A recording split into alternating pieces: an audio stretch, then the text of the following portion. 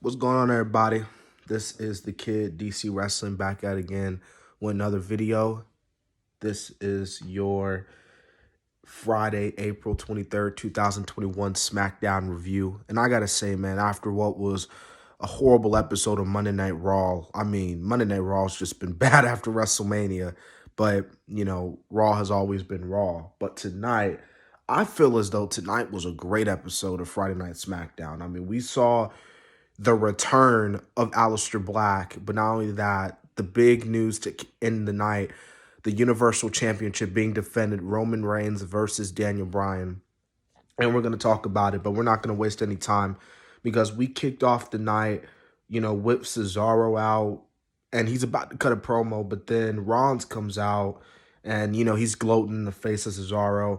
And then you got Roman and Jey Uso coming out, and then basically one thing leads to another, and you have a tag team match between Cesaro and Daniel Bryan versus Seth Rollins and Jey Uso. And for a tag team match, I thought this tag team match was really good. I enjoyed it. I thought this was a really great way to kick off SmackDown. And yeah, just good win for Cesaro and Daniel Bryan. But obviously Cesaro, was talking about how, like Reigns, he's not a family man, and, he still like wants him tonight, and, this and that. And that leads obviously to the ending segment on SmackDown later on in the night. We get Nia Jax versus Tamina, two family, Nia and, Tamina being family members like they are. And this matchup, it was okay. Reginald is back, and I know a lot of people have been asking, like, where's Reginald been at? Because he's been taken off TV for no reason. But apparently it's come to my attention that Reginald has actually been sick. Like, they haven't said, like, COVID or anything like that, but you just know that he was sick. And that was obviously the, reason why he's been out. But, so glad he's better. I don't really care about him with him and Nia and Shayna, but, at least he's okay now. He's not sick no more. We get Caleb Braxton with Kevin Owens. And Kevin Owens was talking about how it's been years since his last Intercontinental title shot. And so basically this leads to Kevin Owens challenging Apollo, and this leads to an Intercontinental title match between Kevin Owens and Apollo. This is an okay match for what it was worth. Apollo does get the win here, rightfully so, and then obviously Sami comes out at the end. So it looks like we might be getting another Sami Zayn versus Kevin Owens match at WrestleMania Backlash, and Apollo will just probably face Big E at WrestleMania Backlash. I still don't know why they're calling it WrestleMania Backlash. If you want my honest opinion, I think the name is stupid. Like, for years you've been calling it Backlash. Why all of a sudden you're calling it WrestleMania Backlash? Like, it kind of brings the hype of WrestleMania down a little bit.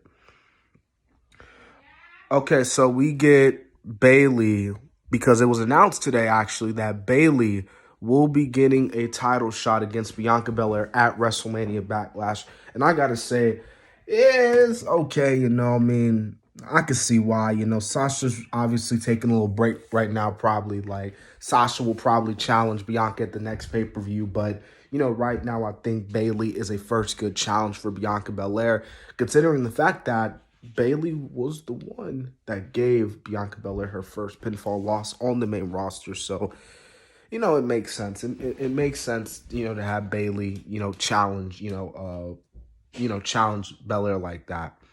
So we get Alpha Academy versus the Mysterios. This was an okay match. Actually pretty good, I would say, actually.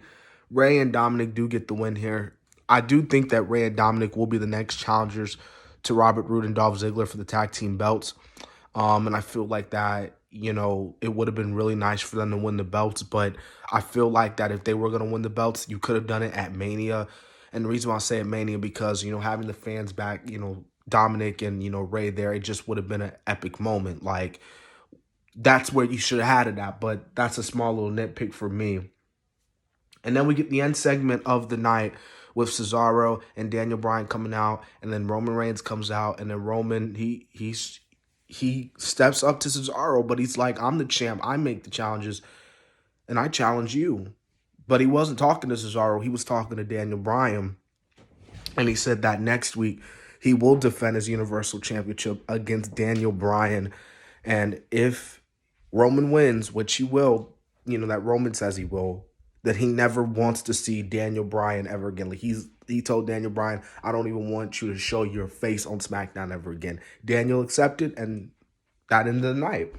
And I gotta say, this is a pretty good segment, but I kind of feel like did anyone get like CM Punk versus Jeff Hardy vibes? I don't know if anybody remembers. I think this is like 2008, 2009.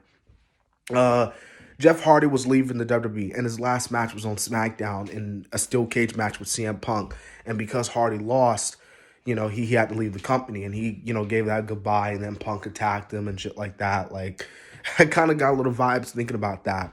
But it makes sense, have Roman destroy Daniel Bryan. You could do like that epic Rocky scene where, Drago was killing Apollo, and then Cesaro comes in and he's consoling Daniel Bryan, and he's looking pissed off at Roman as Roman's holding the title. That whole Rocky IV movie shit. But hey, Roman's. When's the last time Roman's wrestled on SmackDown, right? So yeah, that was SmackDown. Like I said, if I had to rate this SmackDown, I would give it an 8 out of 10. Oh, and I say the best for last.